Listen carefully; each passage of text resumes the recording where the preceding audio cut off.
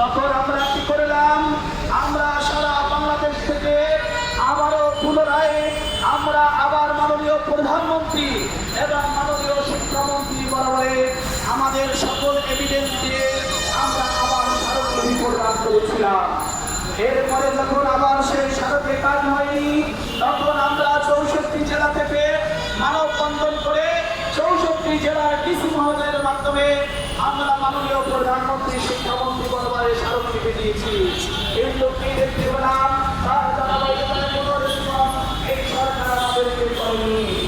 এই জন্য আমরা বাধ্য হয়ে গত 12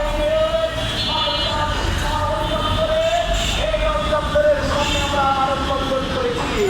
সাংবাদিক ভাইরা, আপনাদের মাধ্যমে আমরা জানিয়ে দিতে চাই, আমাদের যারা অভিভাবক হিসাবে মাদ্রাসা শিক্ষা অধিদপ্তরে আসনিত আছেন, আমাদের কয়েক টাকায়, আমাদের ট্যাক্সের টাকায়, আমাদের ভ্যাটের টাকায় যাদের বেতন হয়, আমাদের ভ্যাটের টাকায়, জনগণের টাকায় যারা এসি রুমের ভিতরে বসে থাকে, তারা তো কখনো বুঝবে না এই প্রেস ক্লাবের সামনে বসে থাকা, শুয়ে থাকার যন্ত্রণা কত বেশি, বলেন ঠিক কিনা? সেই আমলারা আমাদের কারিগরি মাদ্রাসা শিক্ষা মন্ত্রণালয় থেকে সকল ধরনের অনুমতি থাকার পরেও শূন্য পদের বিল আজকে 10 মাস অতিবাহিত হয়ে যাচ্ছে।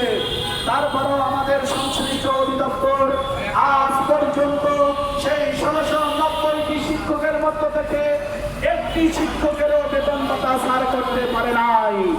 এই জন্য আমরা এই রাজপথ থেকে শুধু দর্শক, আমরা দেখতে পাচ্ছি অনুদানভুক্ত স্বতন্ত্র ইবতেদায়ী মাদ্রাসা শিক্ষক কল্যাণ সমিতি তারা লাগাতার অবস্থান ধর্মঘট চালিয়ে যাচ্ছে জাতীয় প্রেস ক্লাবের সামনে থেকে। আমি খন্দকার মাসুদুজ্জামান, ধারাবাহিকভাবে এটা আমরা প্রচার করে যাচ্ছি।